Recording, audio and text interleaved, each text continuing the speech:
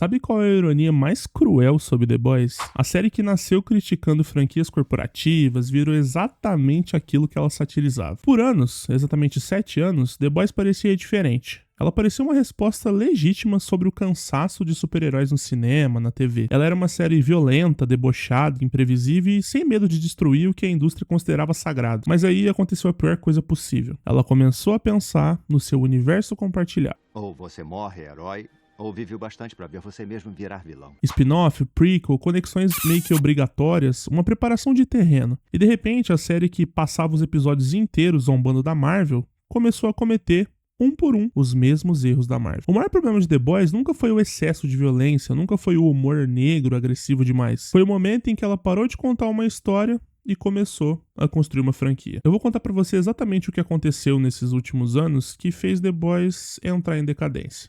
Fica comigo nesse próximo vídeo da Cinêstase.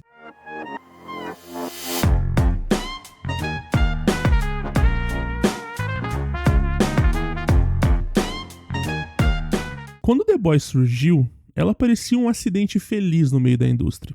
Todo mundo estava esgotado, saturado de filme de herói toda semana. A mesma estrutura de 3 atos, o mesmo arco emocional, mesmo terceiro ato cheio de CGI, onde o protagonista aprende a acreditar em si mesmo e salva a cidade. E no meio disso tudo, chegou uma série completamente caótica, onde o Superman era um psicopata narcisista, onde os heróis eram produtos corporativos com assessoria de imprensa, onde o marketing valia mais do que salvar qualquer vida. Era refrescante, porque no fundo, The Boys não era uma série de super-herói, ela era uma sátira da cultura de super-herói. E sátira funciona quando ela permanece cirúrgica, quando ela sabe exatamente onde enfiar a faca. O problema é que quanto mais a série cresceu, mais ela começou a depender da mesma lógica industrial que dissecava na tela. E isso ficou indefensável lá na 4ª temporada, porque a 4ª temporada, que deveria ser o começo da reta final, quase não avança na história principal. A sensação durante os episódios é de estar assistindo uma série com medo de acabar. E o grande sintoma disso tudo tem nome: Gen V.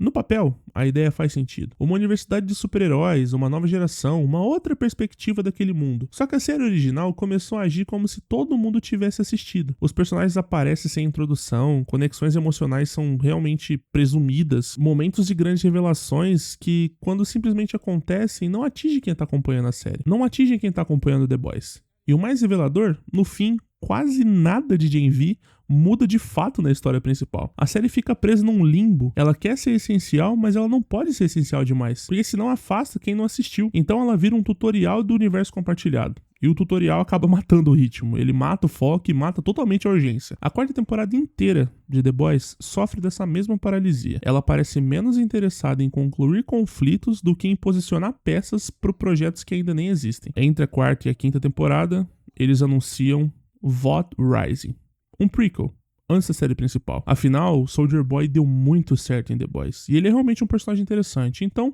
por que não fazer uma série derivada toda baseada em cima dele? E foi aí que The Boys perdeu completamente o controle da própria identidade, porque eles anunciaram um prequel antes do fim da temporada. E isso muda de uma forma permanentemente irreversível a série. Como você assiste as últimas temporadas sabendo que tem mais vindo por aí?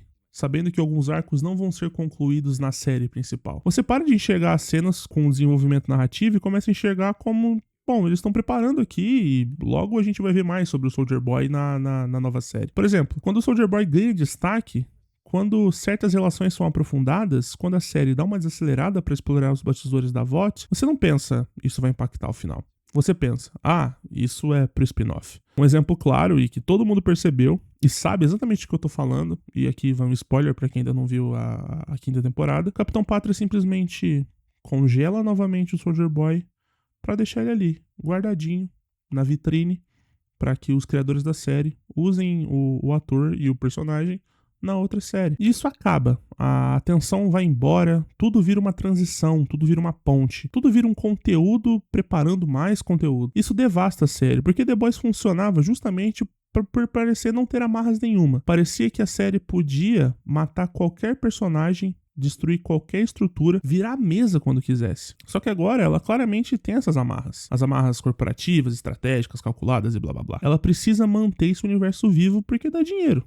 Expandir a marca porque dá dinheiro. Deixar as portas abertas para próximos futuros. Por que não um spin-off, sei lá, do filho do Huey e da Luz Estrela? Por que não? Sabe o que torna isso de certa forma, tragicamente perfeito, a própria série avisava sobre isso o tempo inteiro. A VOTS transformava os heróis em produtos infinitos, em franquias intermináveis, em spin-offs, em markets que se alimentavam de si mesmo. E isso era usado como uma forma de zoar quem fazia isso no mundo real. The Boys passou temporadas inteiras explicando exatamente como esse mecanismo funciona, mostrando o cinismo por trás de cada decisão corporativa de fazer 5 filmes do Homem-Formiga, por exemplo, ridicularizando total cada essa extensão desnecessária de um universo, sabe? E então acabou se tornando a própria VOTS. O problema de The Boys não é o excesso de gore, não é a crítica política, não é o humor que às vezes vai longe demais, é o fato de que a série nasceu com a faca na mão, pronta pra cortar o pescoço da indústria, e aí eles abaixam a arma no momento em que começou a fazer dinheiro demais pra se dar o luxo de ser coerente.